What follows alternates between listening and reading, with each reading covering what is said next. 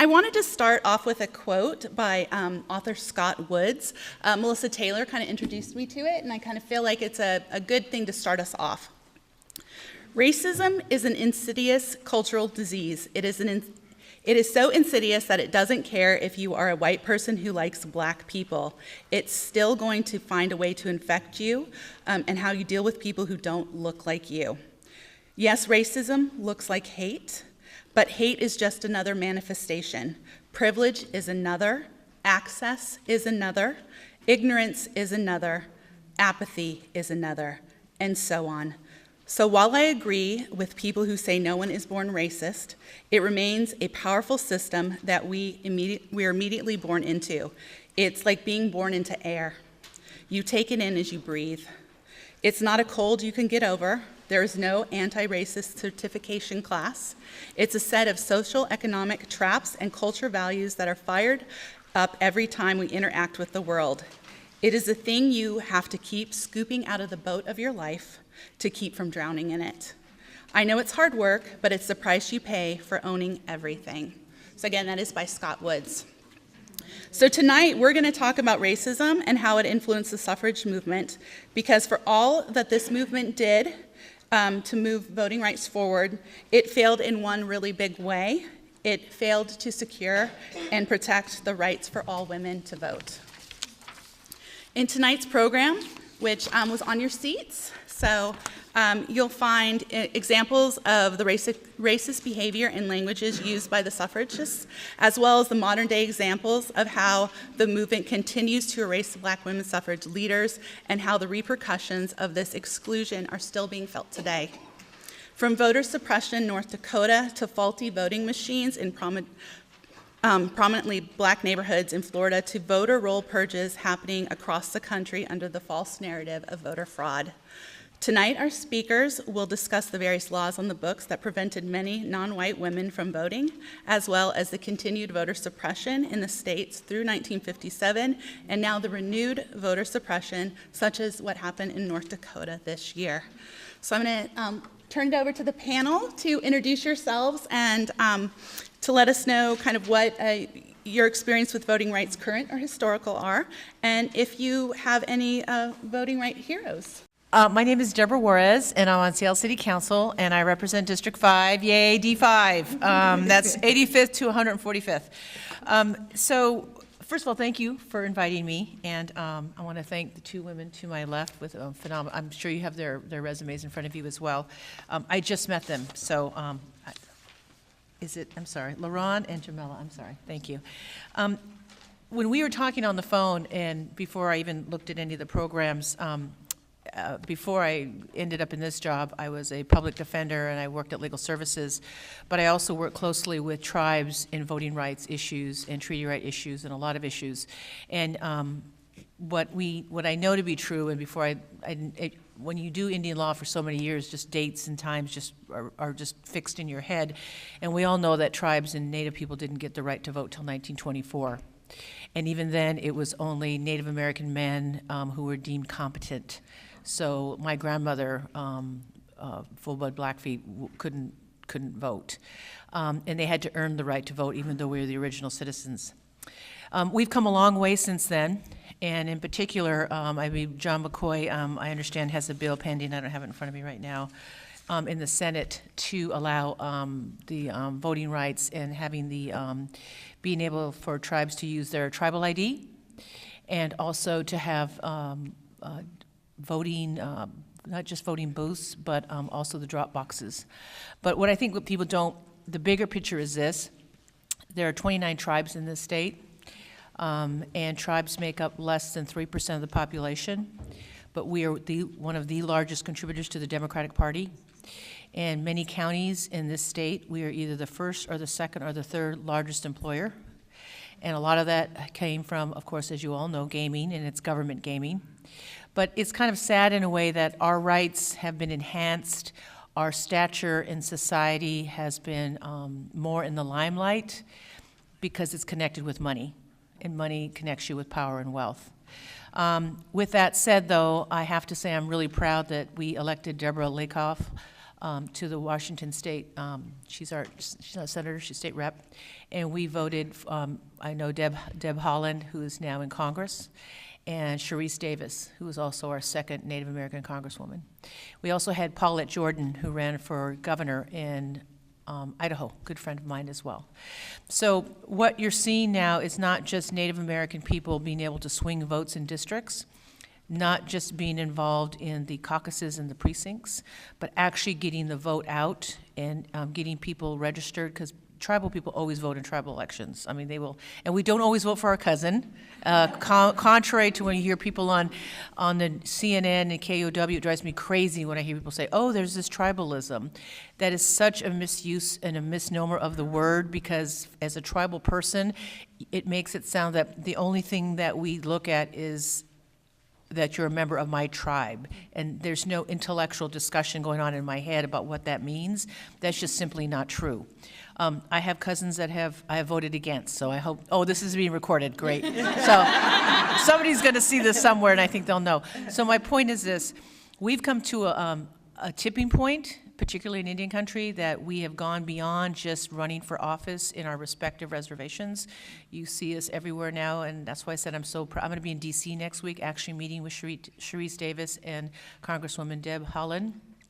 But I think what makes me really proud is that we've come to a point where tribes, particularly like in Montana and North Dakota and South Dakota and Washington State and New Mexico, which is really big chunks of land, which is Indian country, and tribes have much higher populations than the tribes out here, where we actually can flip a seat, that our vote starts to matter.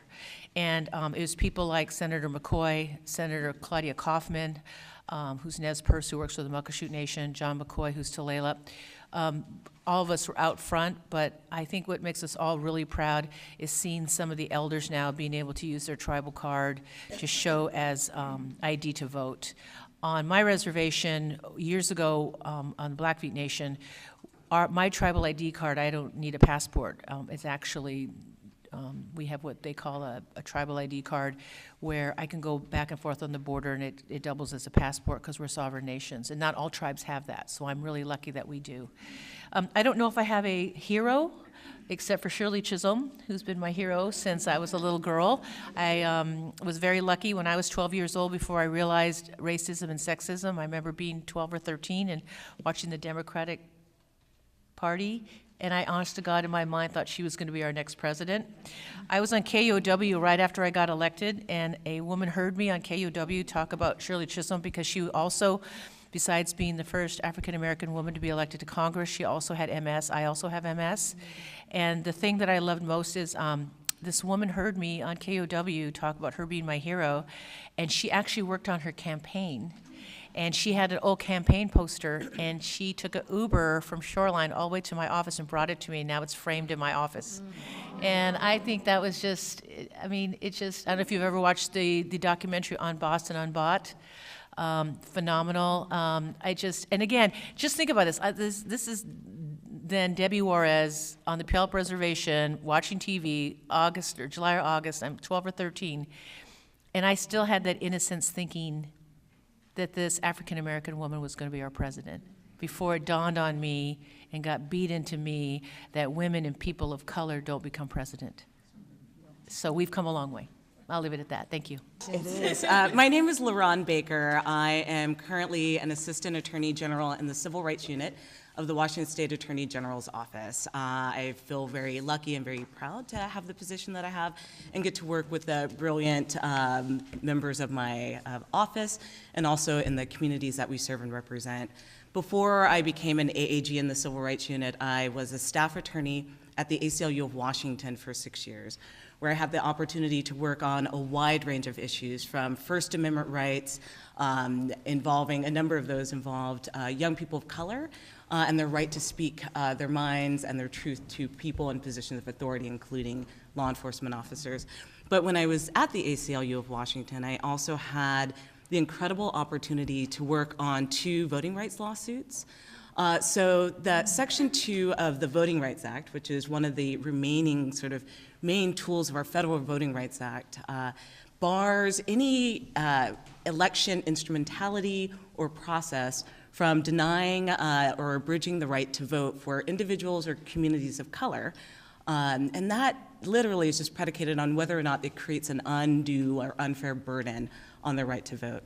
And so when I was at the ACLU, we actually sued the city of Yakima to change their city council election system so that the Latino population there could actually elect representatives of their choice to the city council. And we worked on that. I worked on that for 4 years, actually. Spent a lot of time in Yakima and have a lot of stories to tell. I don't know if this is where we talk about all of our background. But I also had the opportunity after the Yakima City Council election lawsuit, which resulted in a change in the election system that required a districting so that people in various communities could elect people in their community to represent their interest on the city council. And in a place like Yakima that is so racially polarized and segregated, that the at-large system that existed before districting effectively made it impossible for the minority population, as the term is used in the law, to elect candidates of their choice. And so once the election system was changed to a district-based system, which was in 2014, the next election saw 3 Latinas elected to the city council. And I have to say, as someone who studied Yakima's decisions around resource allocation across the city, including parks, the street lights, infrastructure, things of that sort. Once this new city council was elected, you saw really radical changes throughout the city, both in the community feeling like their voices were heard and that they could go to a city council meeting and actually be heard literally because there were translators, and figuratively, that their interest and their questions and concerns were actually being represented on the council. When I go to Yakima, I actually make a point of driving around the city, going from one end to the other, the part of the town that's heavily Latino to the part of the town that's heavily white, and looking at all of the areas that we studied, and each time noticing the differences that have been made.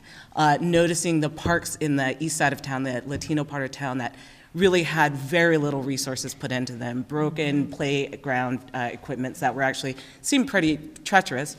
But after the new city council was elected, you saw all of these places that had been neglected for years change. After we won and were successful in challenging the Yakima City Council election system, which was the first of its kind lawsuit brought in this region, we then followed up and sued the city of Pasco because they had a similar problem, a very large Latino population that had never been able to elect anyone to represent their interest to the city council because of the at-large system. And luckily for us, the city of Pasco, after looking at Yakima, realized as soon as we sued that they had a major problem. And so we went immediately into settlement negotiations, ended up changing that election system to a primarily district-based system. I think they kept one at-large system. And the next election, we saw a number of Latinos elected to that, to their city council, and seen some changes there. My hero is Joaquin Avila, who up until his passing, I think it was in the last year and a half, my sense of time is not great, was a law professor at Seattle U Law School.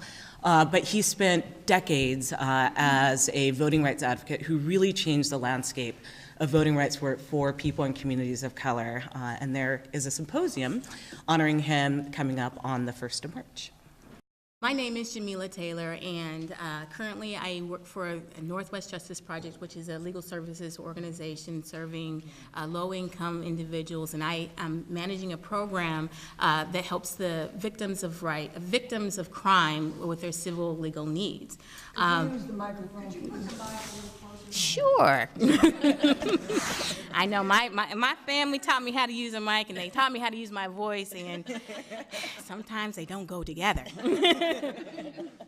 And in my day job, I'm constantly dealing with the policies that are enacted by folks who don't understand how people who have had very little voice in the political system, how they live, how they navigate things, and how they can alleviate their suffering.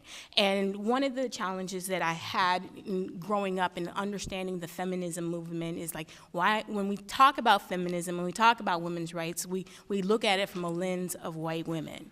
And I, as a young lady who's a child of a history professor, I remember having a conversation with my dad not too long ago in my, well, I'm not in my 20s anymore, but recently, and I work with him on his website called blackpast.org, and I love my dad dearly. And I asked him, we were questioned as to what is the representation of women on your study of Black history on your website, and he just nonchalantly said, no, it's, women are 50% of the population, so 50% of our posts are about women.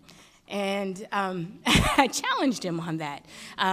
When you're thinking about who's at the table making the decisions, and while my dad was well-meaning in his thought processes, he didn't have the data that showed him that actually you don't have the representation of women in the feminism discourse on your Black History website, and let's get that, and let's work on that. But when we're talking about the women's suffrage movement, sometimes we think about all of this solidarity between white women and Black women and other women of color, and there's this assumption that everything's hunky-dory. Because we went for women's rights, that everyone believed that it would be enacted for everyone else. But when you're talking about the suffrage movement in the 1800s and early 1900s, race was still a problem.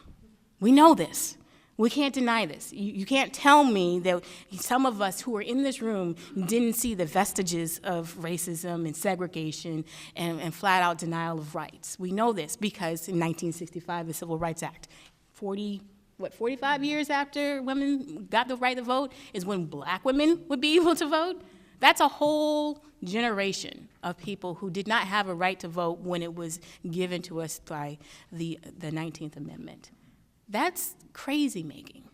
And to sit here and to say that in this day and age that there isn't some pain and anguish at not being at the table, and there's still struggle with inclusion now, a lot of times the conversation is about, we don't have any racism anymore. We elected a Black president, and therefore, we have equal rights across every population. So we're post-racial now. I mean, you have these conversations in your personal lives and amongst your friends and sometimes amongst your colleagues, and you hold your tongue.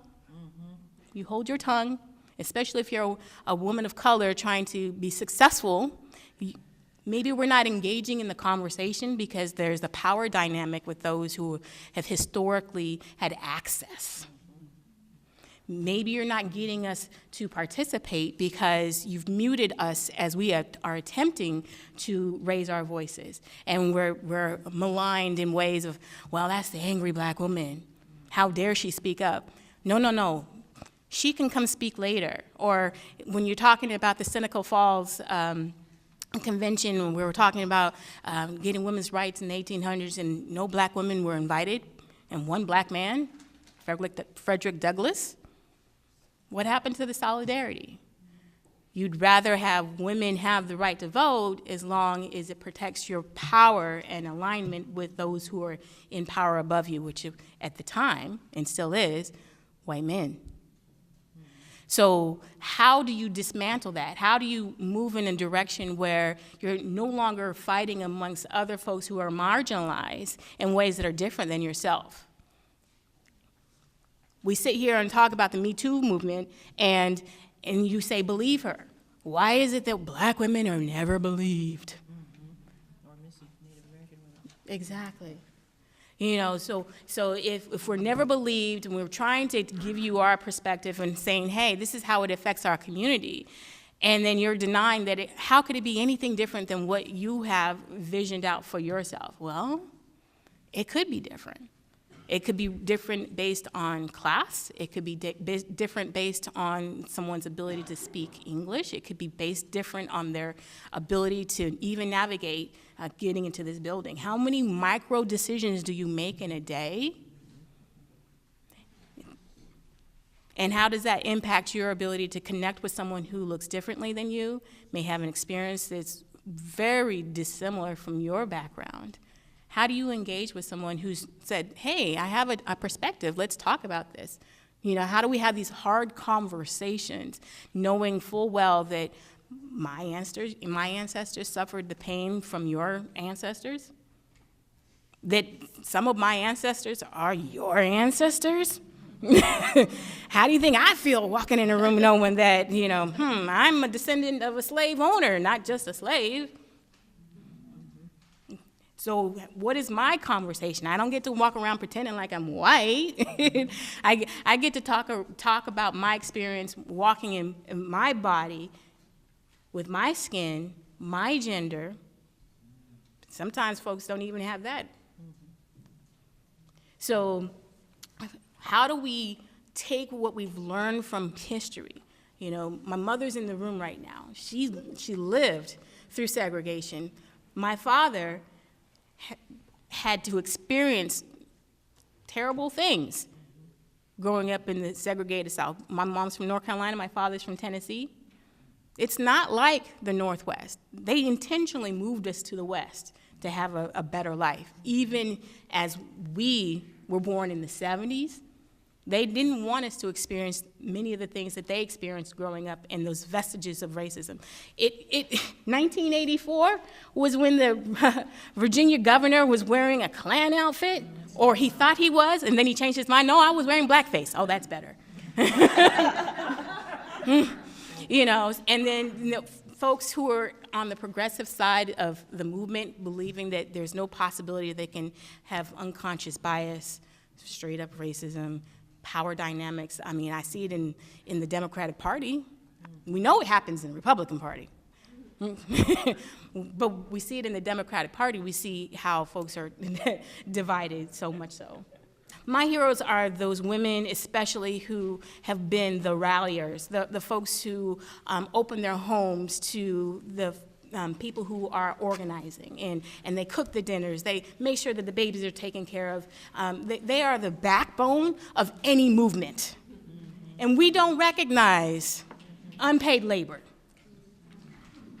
So that's why we need to have more women at the table in the political sphere. We need to have more folks who understand how our contributions can be counted in different ways. If we can just talk about how it helps level the playing field and how that can benefit the whole community.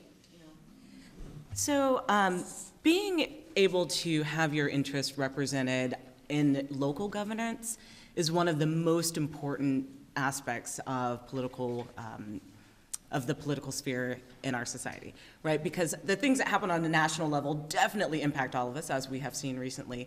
But every day, the decisions around where financial resources are spent, what programs are supported, what programs are cut, how different neighborhoods are cleaned up, or how interests are represented are deeply important.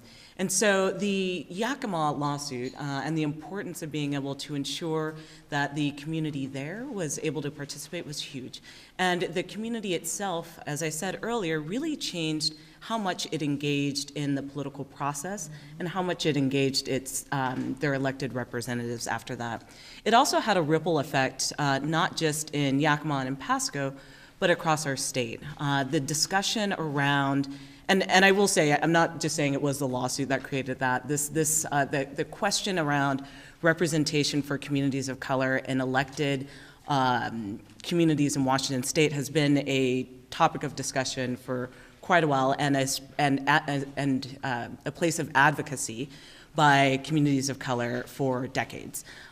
In fact, one of the more interesting pieces of information that I found out while we were working on the Yakima case was the history of vote suppression in Washington State that I had no idea, right? Because we in Washington are like, oh, we're great. We don't have any sort of history of vote discrimination or any sort of history or systems that are in place that actually make it very difficult for communities of color to have representation. But when I was working on the Yakima lawsuit, I certainly learned about English language tests that were administered to Latinos who were citizens before they were allowed to vote. There were like literacy tests that were administered. And I think in 2002, the Department of Justice actually came in and sued Yakima County for failing/refusing to provide Spanish language materials to voters, even though they had a substantial Latino population, Spanish-speaking population there. But the Washington Voting Rights Act, which I don't know a ton about, maybe you, yeah, you can talk more. But the Don't punt it to me. was an attempt that began right about the time of the Yakima Voting Rights Act and recently passed, an attempt to assure that jurisdictions that know that they are excluding communities of color from being able to elect representatives of their choice are able to do so, even if the elements of proof in that jurisdiction don't meet up to what is required under the Federal Voting Rights Act. Our state wanted to ensure that we weren't creating or enabling sort of these continued election systems to be in place that actually diluted the vote of people of color, even in jurisdictions where you have multiple communities of color that would not be able to create one district, like jurisdictions in South King County. And so I think the work that came out of the communities that organized around that Yakima lawsuit and the Pasco lawsuit are still feeling the repercussions, which are beautiful repercussions, right? The enactment of the Washington Voting Rights Act. There are changes that are being demanded in jurisdictions across the state, Wenatchee, a couple of jurisdictions north of here, that are looking to change their election systems to ensure that people are not unfairly excluded from the election process. Recently in Georgia, there was a consultant who tried to eliminate 7 of the 9 polling places in a primarily black place because they were saying they didn't have disability compliance.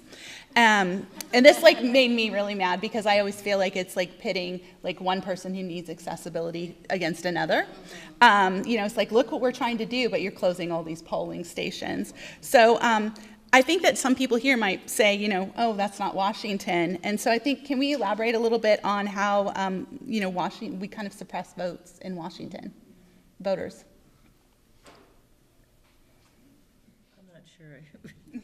I mean, I think, sorry, and this goes back to sort of what I was talking about. Like, we enacted the Washington State Voting Rights Act because we know that there are election systems that effectively block out communities of color or their ability to elect people to represent their interests. But we also know that there are some practices that tend to impact certain communities of color more than they impact white communities. For example, I think in the last election cycle, there was an issue in a jurisdiction in Eastern Washington where there was a question about voter registration signatures and whether or not they matched the signature on the ballot matched the signature on a ballot card. And there, in this jurisdiction, the number of Latino voters whose votes were bounced was extraordinarily high compared to the number of white voters, and compared to the number of voters whose ballots were bounced because of their signature matches statewide. It was incredibly high. And luckily, a number of activists came together after sort of hearing about this concern and rallied together and went to the auditor and said, we think that there is some sort of like racially disparate impact happening here in this election where so many Latino voters' ballots are being bounced. And over a series of time, the county auditor actually, I think, there were 3 recounts, and eventually ended up allowing a number of those Latino voters' ballots to be counted because the process that had been used seemed to be potentially a little bit compromised. So there are not necessarily the same practices happening in Washington State that we see in other jurisdictions.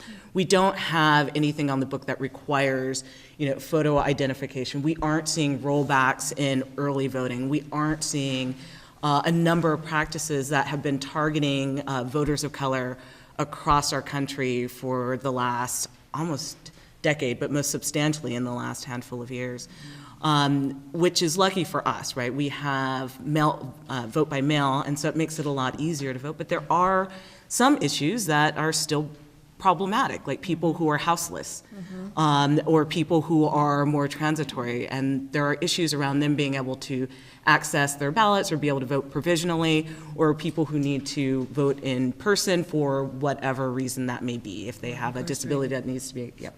And I think, do you want to talk about that? No, you go ahead. Yeah, and people who are incarcerated. I mean, in Washington State, we do have, and this is something people don't know, we have automatic voter reenfranchisement for people who have been convicted of felonies once you're out of your DOC supervision. And that has been true for a long time, so let people know that. But people who are incarcerated are not allowed to vote. And there's a question about people who are in jail who may or may not have been convicted of felonies, or may be in the process of being convicted, and we're not ensuring that those people actually have meaningful access to the vote. Yeah.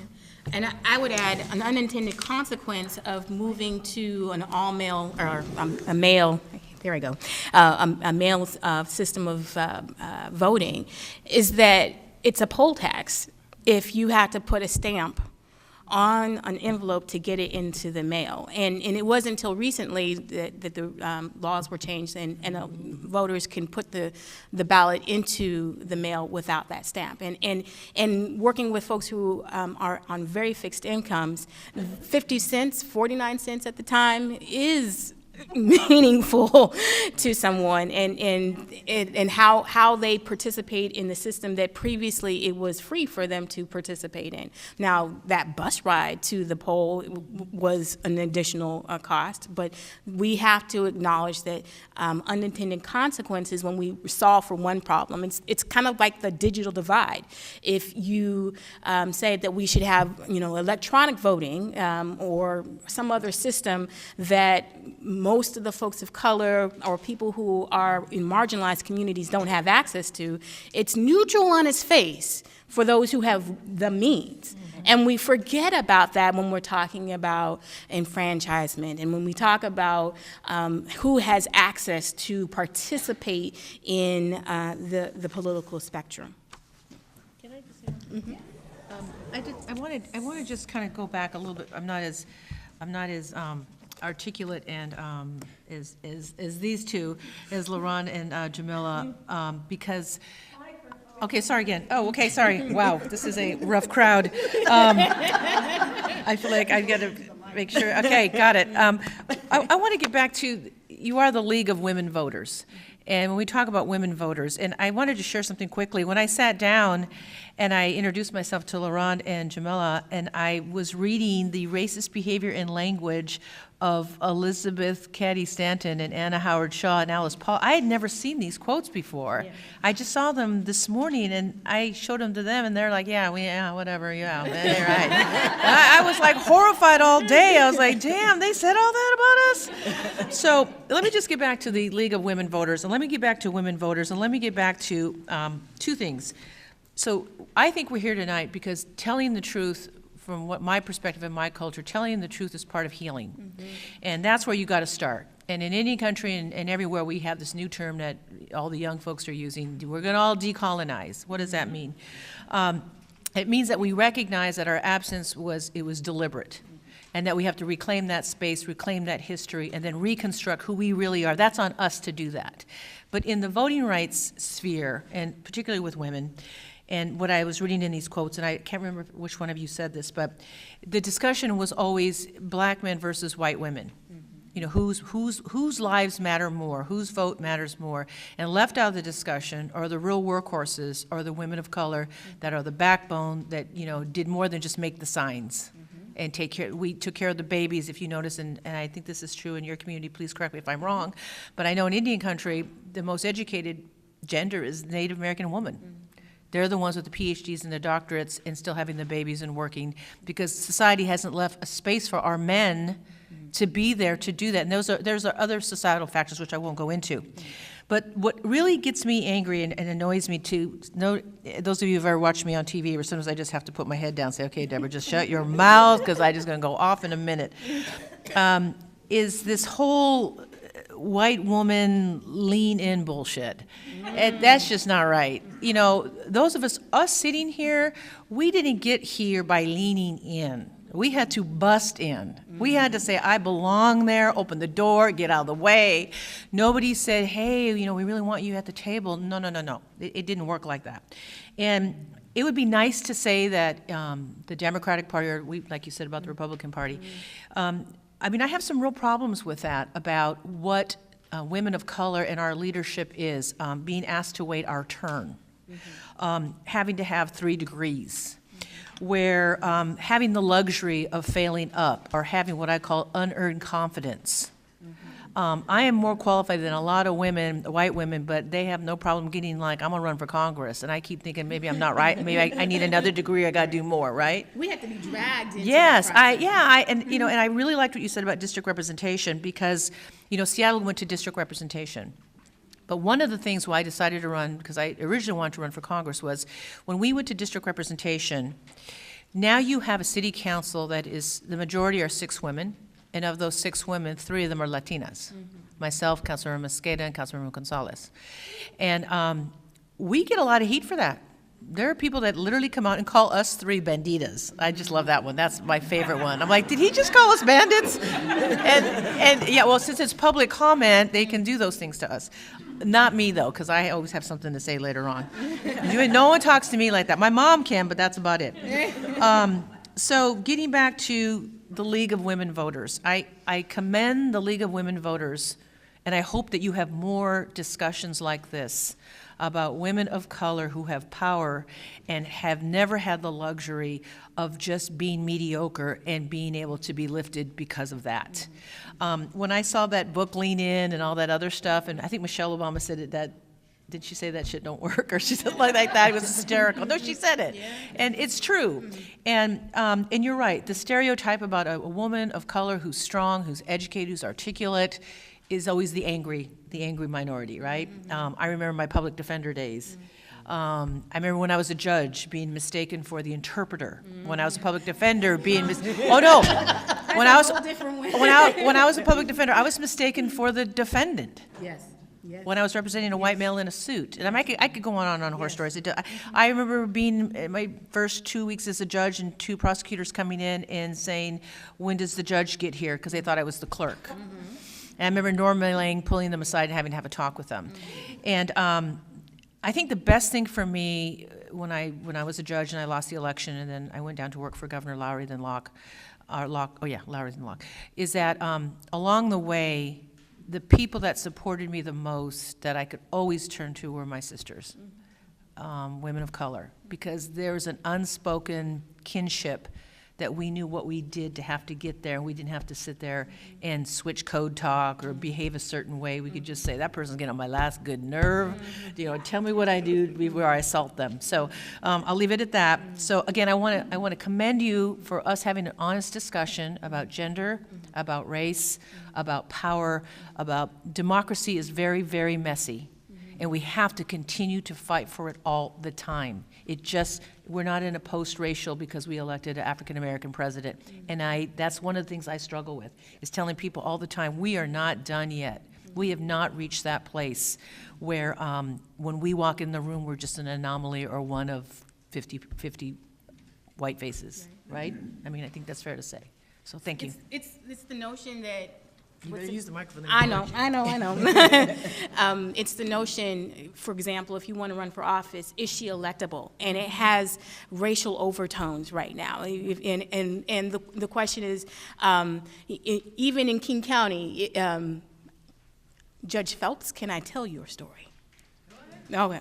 Judge Phelps is the first African-American woman to win an open election for a judgeship in Washington State.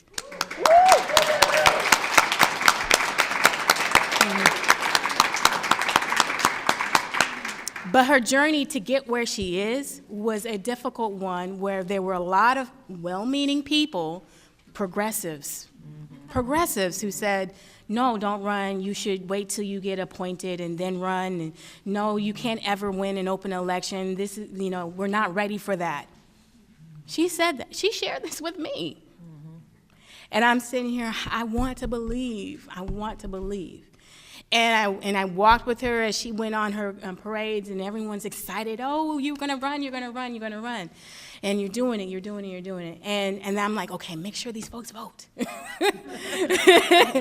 and then election night, we get the word that she's won. And then I'm like, wow, I wonder if it was a squeaky clean. Was a wide margin or a narrow margin? Was it a struggle to get there? Because this is the feeling you get every election. Like when Trump was elected, and you feel that was the first time I think white women felt disappointment. Oh, yeah. Because and I don't mean that the disappointment hasn't happened, but what I'm saying is black folks have felt disappointment when they try to get their leaders elected over and over and over. And so on election night, you were like, okay, same stuff, different day. And so when I looked at the data of Nicole's race, and she had won by 83% margin. The highest margin, even higher than those who were currently in office. So think about how difficult the journey is even in 2019. Sometimes I forget what year it is when we're talking about it. That, the struggle to be a part of this political system and to use our vote to help our communities understand that our vote matters. It's these kinds of outreach events and inclusion events that, okay, once our community really feels comfortable and safe coming to the table and sharing our experiences and our viewpoints. One of the things I was struck when I was reading over materials about the African American women in the suffrage movement is it seems like the difference between many of the white women in power who wanted women's suffrage wanted it for other white women, or were allowing the white male structure to dilute the power of black people because they didn't think that black people should vote. The black women were trying to get voting rights for all. And it was the humanist. It wasn't feminism versus humanism. It was folks who definitely knew the intersectionality. Finally got that word out tonight. The intersectionality between race. When is it more important? When does it impact you more? The sexism, the racism, the ableism, whatever ism that is facing you, because it's dynamic. It could be in one moment, it could be the racism, the next moment the sexism is more important, because we've all been in rooms with folks from our own community, and please take the notes. Take the notes and send out the emails and schedule the appointments. Wait a minute, I'm the one who has more degrees than everyone in this room, and I've got to do your basic work that you can do. You know what to type. You sent me the text to get here in the first place. So those, how do you deal with the dynamic of within communities and then on the outside? So how do we stop inviting or being told that we should invite and work to change the power structure that continues to pit us all against each other?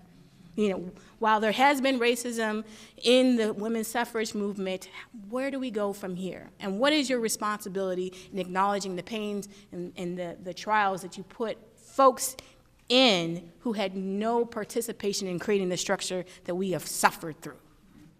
So this is a question from the audience. Can you speak to well-meaning white allies who inadvertently pander, and how can we be more helpful without being offensive? Okay, so I'm gonna go first. Thank you. Yeah. Appreciate it. Yeah. I'll just wait here. I work at a very progressive agency, and one of the things that was most troubling for me going into the lunchroom is that it was peppered with so many signs that said Black Lives Matter, Black Lives Matter, Black Lives Matter, and the agency is doing its best to diversify. And I'm like, I think I'm the only black lawyer on the floor. where are other, black folks? So how do Black Lives Matter outside of in your window? Are you living in a community that you know is changing? We call it gentrification. And the thing that you say is your protest is putting the Black Lives Matter sign in your window. To me, that's like, you're now not only declaring that you're here and someone might have been pushed out of that house through nefarious means, but you're putting it out there to say, I think I care about Black lives. Where are you investing in Black businesses? Where are you finding Black women to come to the table for your social organizations, for your economic organizations? Like, you all have children who are leaders of their industries. I am making an assumption here because I see some folks who look like they have some adult children. Are you talking? Are you talking to your sons and daughters and asking them, what have you done to improve the diversity and inclusion at your company? Yes, mom and dad, grandma and grandpa. Well, you can have those conversations at dinner time because somebody else is having them. They can know that you hold them accountable. You're the elder. You all have the ways to say things in direct ways that the privilege of saying it how it is and how it was. And tell your sons and daughters, you need to start hiring. You need to start including folks at the table on the economic level, because this system of, just giving them the right to vote is enough. Economics matter. Economics, the jobs, the education. Making sure that you're voting for policies that truly undo the systemic oppression that has occurred in the past. Democracies for communities of color.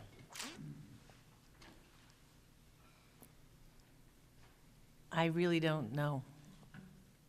I'm sure, I'm not clear on the question. I'm not sure. Just an action or issue that, I think that one of the things is we've talked about this a little bit, is we don't want to be the people who are like, well, here we are, haven't you been waiting for us? Like, we want to instead join things that are important, that need our help. Well, okay, so the way I look at it is that, kind of coming off the last question too, I think the issue of being an ally, and it's more than just, I get annoyed with this a lot when people just show up with the Black Lives Matter t-shirt. Mm-hmm. It's like when young people used to show up with the Malcolm X t-shirt, and it's like, have you read the book? Mm-hmm. No, but it's a cool t-shirt, but that doesn't mean anything. I'm not big on slogans and t-shirts and knitted hats. Mm-hmm. What I am big on, and for democracy and communities of color, is making space for us, that it's not an amenity, that we actually belong in that space.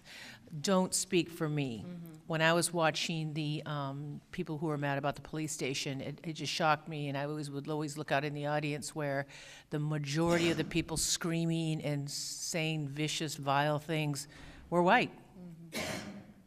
80% of them, 90% of them were white kids. Saying things and speaking for the Black community, which I was thinking in my head, I really think that I would have liked to have seen that they made that space for Black leaders to say, we're not anti-police, but we are anti the institutions that have hurt our people. We are not saying, which some groups were saying, white people, talking for Black people or brown people or Mexicans or Native Americans, we don't want police officers in our neighborhood. Well, that's not what I heard. I heard people, every neighborhood wants safety. So don't speak for us. Don't speak like you've lived in my life or have had my experiences, because I don't do that for you. I'm not even allowed to do that for you. So don't do it for me. So what I'm hoping this next generation, and I don't know what they're calling themselves, or if they're progressive, whatever the issue is, kind of going back to what you were saying, is just respecting the humanity that I'm physically here to be an ally and to understand that I can speak for myself and you don't need to save me. Right. I got this. Mm-hmm. But be my ally next to me and support me. Mm-hmm. So that's what I want to say. I think I'd say actually change your behavior, your actions, and the way in which you interact with your political structure. As was being said, people of color and communities of color go forward and they advocate for their interest and needs to their elected officials all the time. And we hear about it and we read about it in our, in our feeds, in the newspapers, in our community groups. But very rarely do people actually take the time to integrate and think about what folks are saying that they need or that their interests are. Instead, they just respond to it in relationship to them and their community and what it might take from their community. And so I think being willing to put something on the line in order to be sure that people, communities of color and people of color, are able to get the opportunity, the resources, and actually engage with political power in a way that's meaningful. So be willing to change, be willing to give something up, be willing to adapt to what people are saying, what they need. Can I say one thing quickly? I'm sorry, I should have said this to begin with. The other thing, when I talked about being honest and healing, is I think white people should own their past. Today I was in committee and we're celebrating the 100th anniversary of unions. The big union 100 years ago, the first strikes. And I noticed in all the information that blacks were excluded, Asians were excluded, Japanese were excluded, Filipinos were excluded, Native Americans, and we weren't even allowed in the city at the time. We were not allowed in the city limits. But nobody wanted to talk about that. And it was kind of irritating me, like, you're all patting yourself on the back about labor, and oh, we're so awesome. Okay, that's great. But it would have been nice to say, we were systematically and deliberately, no blacks were allowed in these unions. The cannery workers, the Filipino, Asian, Japanese people had to form their own unions and were excluded. Now, all of that changed like in the 60s and 70s, not that long ago. I mean, yeah, but nobody, and I guess the irritation I was feeling today was what you were talking about. Just own your history. It's just like right now we're dealing with the mandatory housing affordability and upzoning. And when I read the Hollow Report and I read all the underlying documents that how this city was redlined, and I try to talk to some of my constituents, and you get the pearl clutching, like, I'm not a racist. I go, I'm not saying you're racist. What I'm saying is it was deliberate on the redlining that government looked away when bankers and realtors did these things, and there were covenants in the 60s and 70s where I couldn't own a house in the neighborhood I live in now that are still on the books. So what I was saying is just be honest about it. That's all I'm saying. I'm not saying you're a bad person or you're racist, or I really don't care. I'm not your therapist. I'm just saying, let's be honest about how this city was constructed, that someone actually took out a red pen, and that's why you have people of color south of the Ship Canal, white people on the north. You have all the workers in the south, and you have all the trades in the south because people were down by Boeing and everything. Everyone at north, because the UW was there, were the elites. That's how you got these neighborhoods like Laurelhurst and Ravenna and Broadview. But when you try to tell that history to white people, they get really offensive and angry. And it's like, I know you know my history. My history from you people is genocide. And I walk in your world, I walk in my world, and I get it. If I can forgive and I can have, God in my heart to understand that that wasn't actually you that did that, but why can't you do that? What makes you a special snowflake where you don't have to own up to that? And so, just in the basic stuff that I'm talking about, today committee about labor, dealing with the mandatory housing ability, even all these neighbors that don't want, renters next door. A lot of it, when you just break it down to some of this, comes down to just a really straightforward conversation about race, how we got here, how we can right historical wrongs. I think just makes us better human beings, getting back to just being an ally. And how do you navigate a culture of women taking down other women? For one, we don't have a culture of women taking down other women. We have a culture of people taking down other people, and women are part of a culture that is competitive. And so to take our lived experiences, Americans, and trying to one-up each other on all different kinds of levels, and to say that women have a culture of taking down other women, it doesn't really make sense to me. But it happens. there are women who are competitive with each other. I mean, if you've been in a social organization for a woman, we have a certain way of talking to each other that, you know, that special clap that you saw from Nancy Pelosi, bless your heart. You know, the little microaggressions that we do with each other around, I'm not really supportive of you, but I'm gonna, you know, yeah, there's that, yeah, shade. There's a lot of shade that goes on. The question is there a universal mandate that we must support every woman that's before us? And, you know, if I have to deal with a Tommy Lauren, yeah, I'm going to take her down. She's a woman. Or if I got to take down Ann Coulter or women who inappropriately take over and say that they are part of my culture and they have no lived experiences around it. I'm still a little bit bitter about Rachel Dolezal. I know, I was going there. I was like, can I lead up for it? You know, I am very bitter about how she engaged in the world and expected us all to believe that, you know, because she says she's black, therefore she is black. Do I get to say because I have a drop of white in me that I can have a lived experience as a white person? Anyone tell me how to do that? I'd like to know.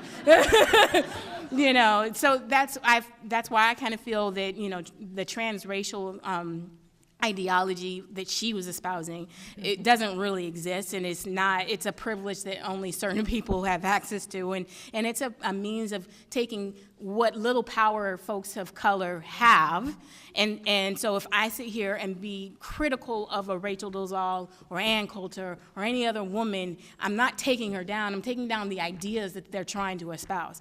You know, there's a difference between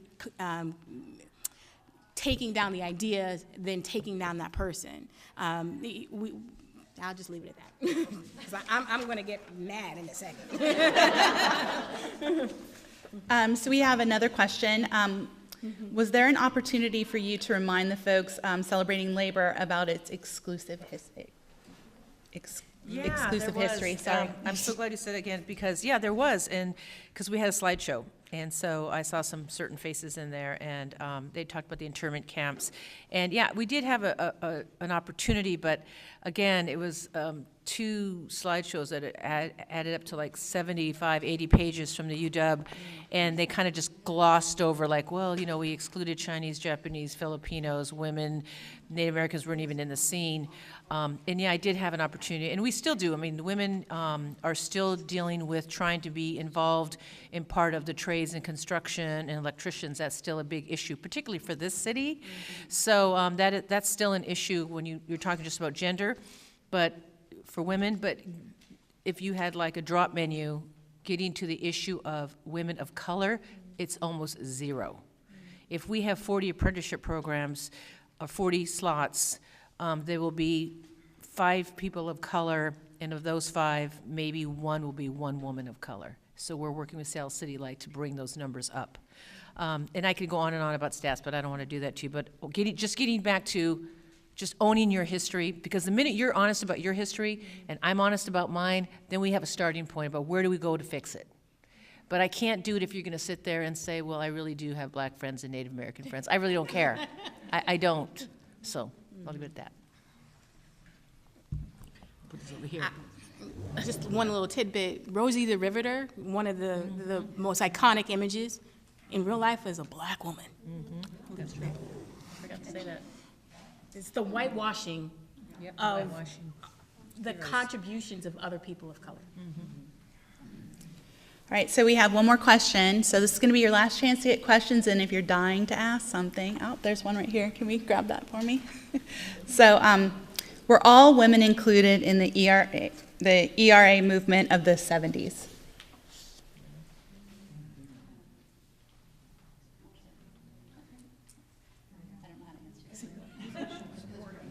It's not complete. We're still working on the ERA, so yeah.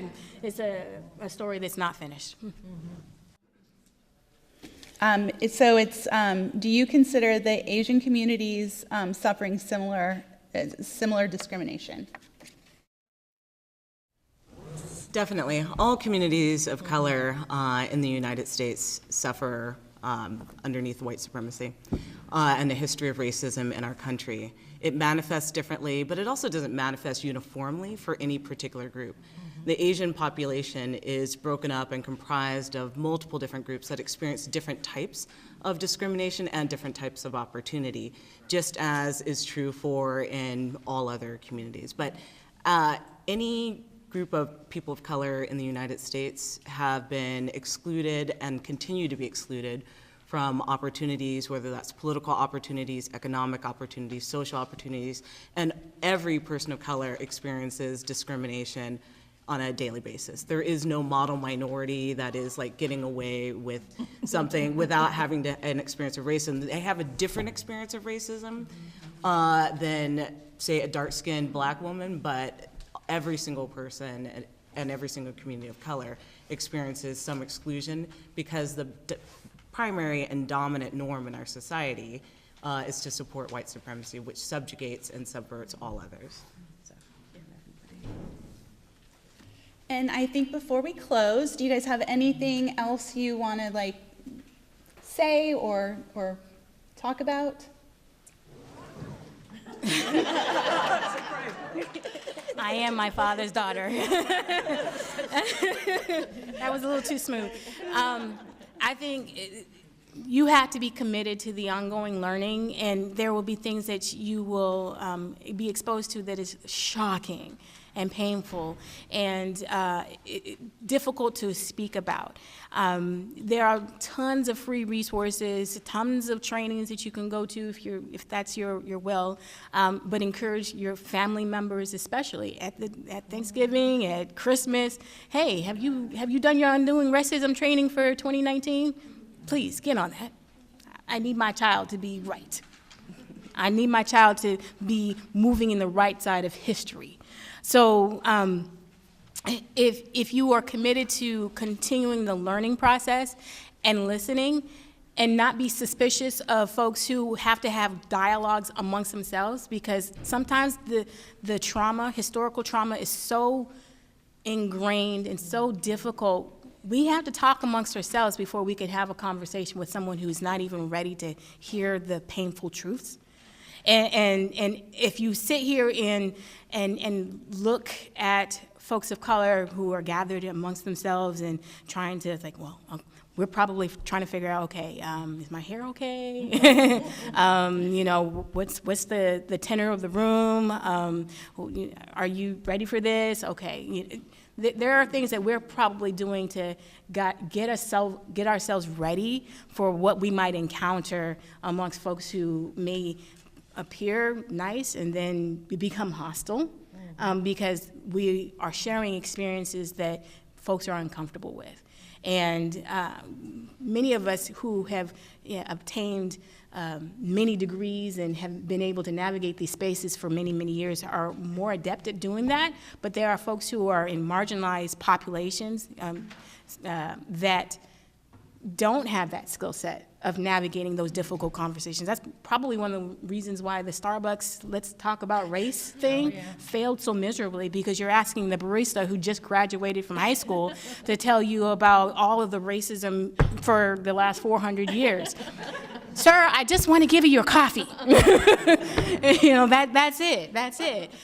So we can't, these are complicated, ongoing, enduring conversations, and can't expect, you know, one size fits all solutions for every problem that exists out there that has a tinge of sexism, a tinge of racism, and of course all kinds of other competitive issues that folks are dealing with, just trying to survive in this system.